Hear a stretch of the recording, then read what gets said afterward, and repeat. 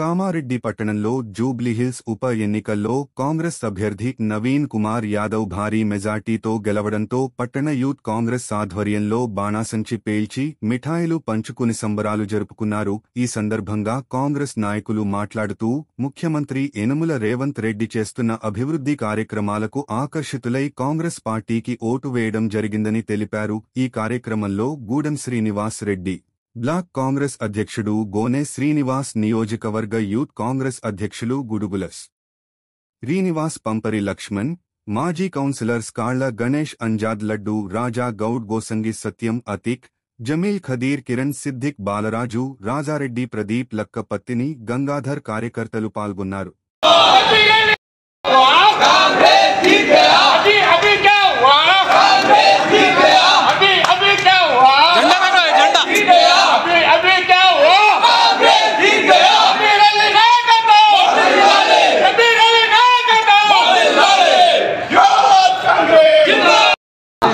ఈరోజు కాంగ్రెస్ పార్టీలో ఒక చరిత్రక దినమని తెలియజేస్తున్నాం.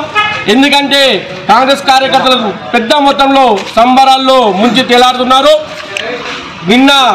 మొన్న జరిగిన కాంగ్రెస్ బై ఎలక్షన్లో జూబ్లీహిల్స్లో నియోజకవర్గానికి పెద్ద మొత్తం మెజార్టీ అందించిన ఈ కాంగ్రెస్ పార్టీ మళ్ళొక్కసారి మేము సంబరాలు చేసుకుంటున్నాం.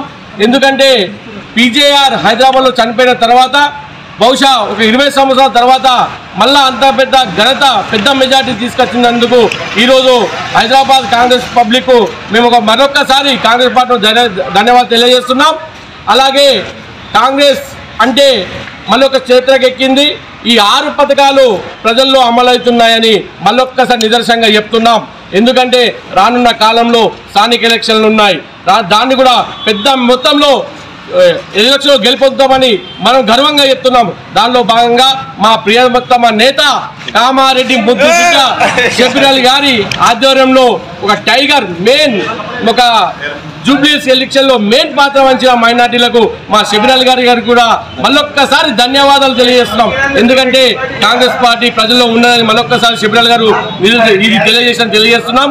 దాంతోపాటు ఇక మళ్ళా 8 సంవత్సరాలు మా కాంగ్రెస్ పార్టీ ఉంటుందని మేము గర్వంగా మళ్ళా గుర్తు చెప్తున్నాం. ఎందుకంటే ఈ ఎలక్షన్ నిదర్శనం ఏందో ఇప్పుడు ప్రజలంతా చూస్తున్నారు. స్థానిక ఎలక్షన్లో కూడా పెద్ద మెజార్టీ ఘనంగా వస్తుందని మేము సంతోషంగా కామారెడ్డి యూత్ కాంగ్రెస్ పార్టీ నుంచి తెలియజేస్తున్నామని మళ్ళొకసారి తెలియజేస్తున్నాం. కాంగ్రెస్ పార్టీ